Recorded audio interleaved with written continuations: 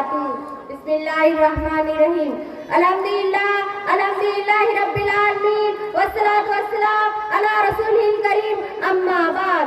जनाबे सद हज़रात हकम मुअज़्ज़ज़ असातिज़ा इकराम, दूर दराज से तशरीफ फरमा मेहमानाने अज़ाम और सामाईन बज़, आज की सालाना इनामी सकाफती मुकाबला में मेरा मौज़ूए खिताबत है मौजूदा दौर में गहराई के मुज़िर असरा। हज़रात, इस्लाम की बुनियाद जिन आमाल अफ़कार पर है उनमें से एक हमतरीन असासा सिफ़त व इस्मत है, और इस्लाम की बेशुमार तालीमात इसी माहौल के गिर्द घूमती है। इस्लाम पूरे दुनिया के लिए जिस माशरे की तामीर करना चाहता है वह एक ऐसा पाकीज़ा और साफ सुथरा माशरा है जिसके सर पर इफ़्फ़त व इस्मत के ताज हो और उसके आमाल व अफ़कार की किसी गोशे में बदअखलाक़ी की गुंजाइश न हो। इसी वजह से इस्लाम ने हराम चोर दरवाजे पे पहरे बिठा दिए हैं जहाँ से माशरे में बेईमानी घुसाने का एहतमाल था। सरकारे दो आलम सल्लल्लाहु अलैहि वसल्लम का फरमान है, मैं यज़मनु ली बैन लियाही व मा बैन रिज़लैहि अज़मनु लहुल जन्नता। जो शख्स मुझे अपने जबड़ों के दरमियान वाली चीज यानी ज़बान और अपनी टांगों के दरमियान वाली चीज यानी शर्मगाह की जमानत दे दे तो उसके लिए जन्नत की जमानत देता हूँ। अल्लाह रब्बुल इज्जत पूरे माशरे के ख़यालात और जज्बात को पाकीज़ा रखने के लिए नस्र व इसाअत के जरिए को तंबीह करते हुए कहता है, इन्नल्लज़ीना युहिब्बूना अन तशिअल फ़ाहिशतु फ़िल्लज़ीना आमनु लहुम अज़ाबुन अलीम फ़िद दुनिया वल आखिरति वल्लाहु यअलमु व अंतुम ला तअलमून।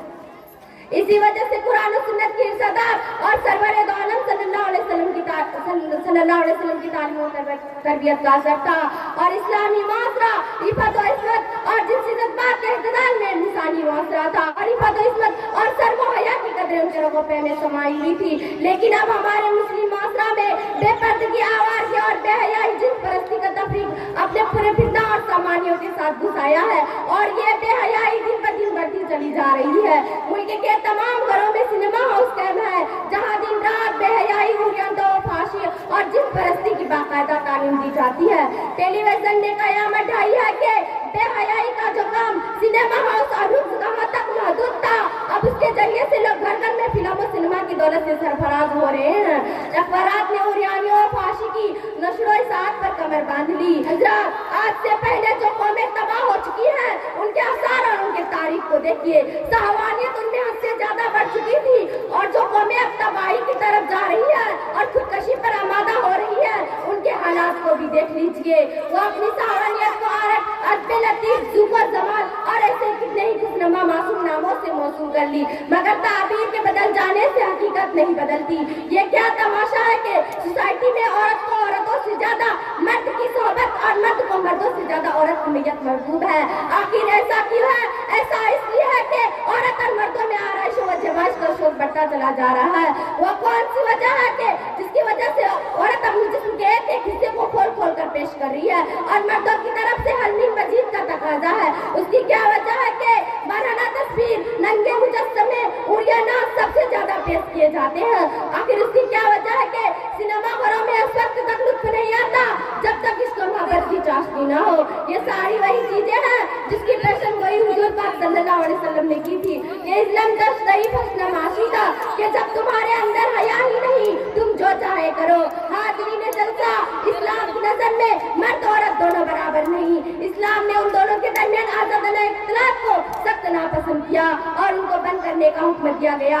लेकिन साइंसी दौर शुरू हुआ तो उस उसूल का बहुत मजाक उड़ाया गया और उसको दौरे जाहिलियत का यादगार करार दिया गया, और बड़े जोरों शोर से ये बात कही गई कि औरत मर्द दोनों यकसा है, उन दोनों की मेलजुल के दरमियान कोई दीवार खड़ी करना एक जुर्म अजीम है।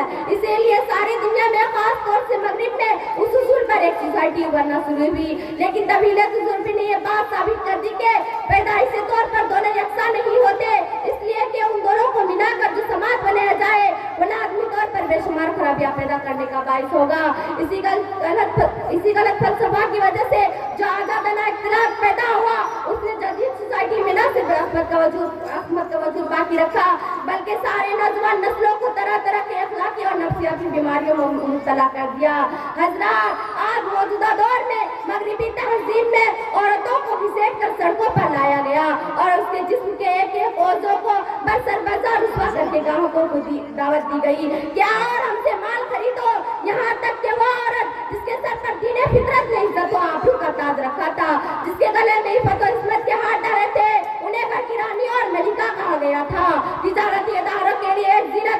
रातों की थकान दूर करने के लिए एक तफरीह का सामान बनकर रह गई। इसी वजह से आज बेहयाई घर घर में फैल चुकी है। फांसी और यामीन हया और फर्द का माफूम तक जेलों से माफ कर दिया।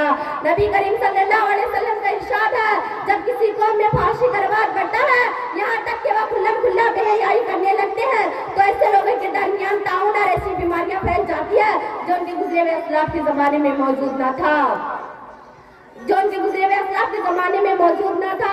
आज दुनिया में नई नई बीमारियां सामने आ रही है। बहुत सी बीमारियां तो ऐसा है जिनका तस्वुर भी पहले न था, न उनका कहीं नाम सुना गया था। आज वो बीमारियां बस्ती बस्ती में फैल चुकी हैं और उनमें मुब्तला होने वालों की तादाद दिन ब दिन बढ़ती चली जा रही है।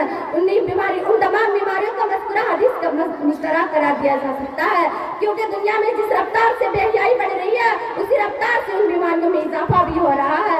उन्हीं बीमारियों ने पूरे निज़ाम जिंदगी को तबाह और बर्बाद कर दिया है, जिसकी वजह से मौसरा अनाज की शिकार हो चुका है और इंसान असरफुल मखलूकात के मंसूब से फिसलकर कुत्तों बिल्लियों के सबों में आ चुका है।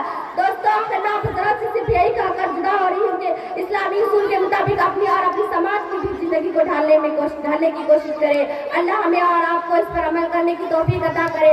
आमीन। व आखिर दावाना अनिल हम्दुलिल्लाहि रब्बिल आलमीन।